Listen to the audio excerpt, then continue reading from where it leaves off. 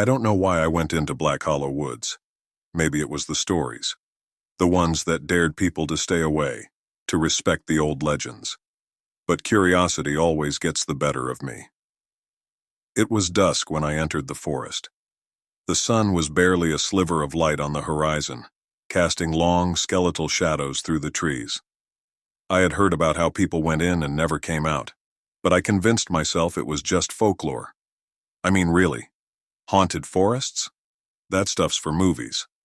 The deeper I went, the quieter it got. I hadn't realized how unnerving silence could be until then. No birds, no wind, no rustling leaves, just the sound of my own footsteps crunching on the dirt path.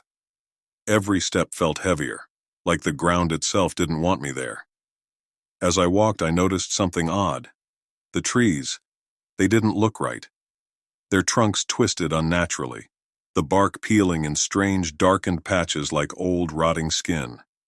And then there were the carvings, small, jagged symbols etched into the wood, as if someone had been here before. But they were old, ancient even.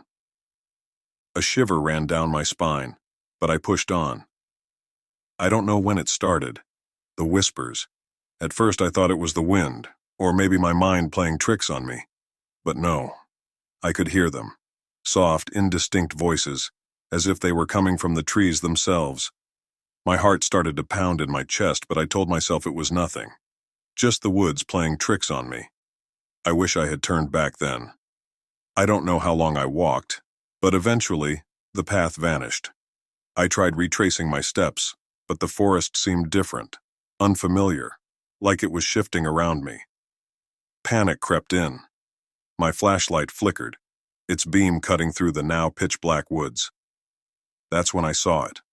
A figure, standing in the trees. At first I thought it was a person. Someone else who had gotten lost, maybe. But as I pointed the flashlight toward it, the beam hit nothing but air. The figure was gone. My breath caught in my throat, and I scanned the area wildly, the whispers growing louder now, more insistent. Then I saw it again. Closer this time. A woman. Pale, with eyes that were sunken and hollow, her tattered white dress floating like mist around her. My legs locked up. I couldn't move. I couldn't think. I was frozen in place, watching as she glided toward me. "Leave," she whispered, her voice like a breath in my ear, though she was still several feet away. "Before it takes you." I tried to run. My legs finally obeyed, but it was too late. The trees around me seemed to close in, their branches reaching out like skeletal hands. The ground shifted beneath me, and the path vanished completely. No matter where I turned, I found myself deeper in the forest, surrounded by nothing but endless shadows. The whispers were louder now, almost deafening. They weren't just voices anymore. They were commands. They wanted me to stay, to join them. I tripped, falling hard onto the cold, damp ground.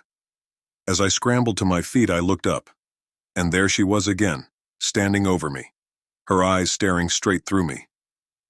"It's too late," she whispered, a sick smile spreading across her pale lips. And then, everything went dark. When I woke up, I was back at the edge of the woods, lying in the dirt. The sun was rising, casting an orange glow over the trees. I stumbled to my feet, heart pounding, head spinning. I didn't know how I had gotten out.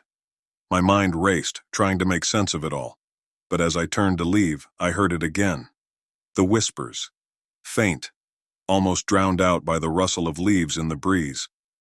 But they were there, calling to me. They say no one ever comes back from Black Hollow Woods. Maybe they're right. Because part of me is still there.